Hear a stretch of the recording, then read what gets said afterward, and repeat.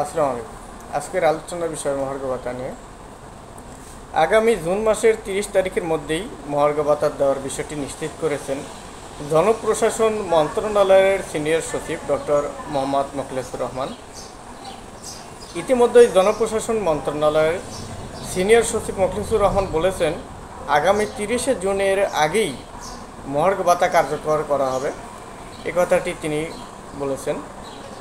এই বাজেটের মধ্যেই মহার্ঘ ভাতা কার্যকর সিদ্ধান্ত নেওয়া হতে পারে, যদিও এবার বাজেটের তুলনামূলকভাবে কম রাখা হয়েছে।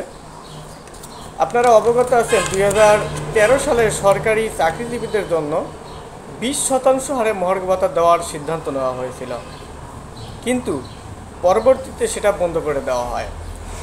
আপনারা জানেন, একই সঙ্গে সিলেকশন গ্রেড এবং টাইম স্কেল উঠিয়ে নেওয়া হয়।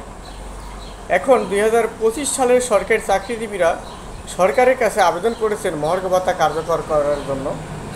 এছাড়াও পূর্বের ন্যায় সিলেকশন গ্রেড এবং টাইম স্কেল বহাল রাখতে বলা হয়েছে।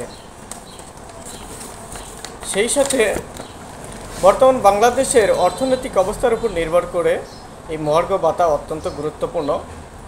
2015 সালের বেতনের উপর নির্ভর করে পূর্বের সরকারি চাকরিজীবীরা চলতে পারলেও বর্তমানে 2025 সালে এই বেতন দিয়ে চলা কোনোভাবেই সম্ভব নয়।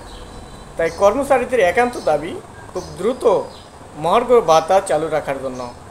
আশা করা যাচ্ছে হয়তো খুব একটা দেরি হবে না অর্থ মন্ত্রণালয়ের প্রস্তাব পেতে। তো যাই হোক, এই ছিল আজকের আলোচনার বিষয়।